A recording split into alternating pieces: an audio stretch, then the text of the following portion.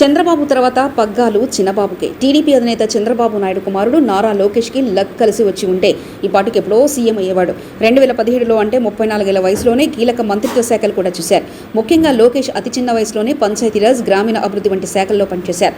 2019లో TDP అధికారంలోకి వచ్చి ఉంటే ఖచ్చితంగా సీఎం అభ్యర్థిగా నారా లోకేష్కి ప్రపోజల్ ఉండేది. కానీ అలా జరగలేదు. దీంతో ఈసారి ఎన్నికలు టీడీపీ పార్టీకి డెడ్లైన్గా మారిపోయాయి. ఈసారి ఒకవేళ టీడీపీ అధికారంలోకి వస్తే లోకేష్కు బాధ్యతలు ఖచ్చితంగా అప్పగిస్తారని, ఎన్నికల్లో టీడీపీ అధికారంలోకి వస్తే ముఖ్యమంత్రిత్వ శాఖల్లో లోకేష్ సమర్థ మంత్రిగా తనను తాను ప్రూవ్ చేయడానికి ప్లాన్ చేస్తున్నట్లు తెలుస్తోంది. 2029 నాటికి లోకేష్ను సీఎం అభ్యర్థిగా ప్రకటించే విధంగా ప్లాన్ చేస్తున్నట్లు టీడీపీ పార్టీ తెలుస్తుంది. ఇప్పటికీ టీడీపీ వర్గాలలో కూడా ఇందుకు సంబంధించి చర్చ నడుస్తున్నట్లుగా కూడా సమాచారం. అయితే సీనియర్ నేతలు మాత్రం ఇప్పటికే లోకేష్కు పార్టీ భగ్గాలు అప్పగించడం చాలా తొందరపాటు అంటూ కూడా తెలియజేస్తున్నారు.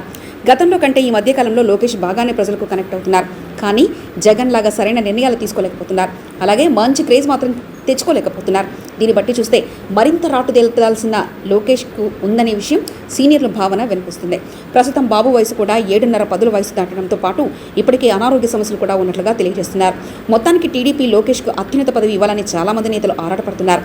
టీడీపీ పార్టీలో లోకేష్కు కీ రోల్స్ ప్లే చేస్తున్నారని కూడా చెప్పవచ్చు. మరి ఇలాంటి సమయంలో లోకేష్ సీఎంగా ఆహ్వానిస్తారా లేదా చూడాలి. మరిన్ని కథనాల కోసం సబ్స్క్రైబ్ చేసుకోండి మీ అక్షర శిల్పం.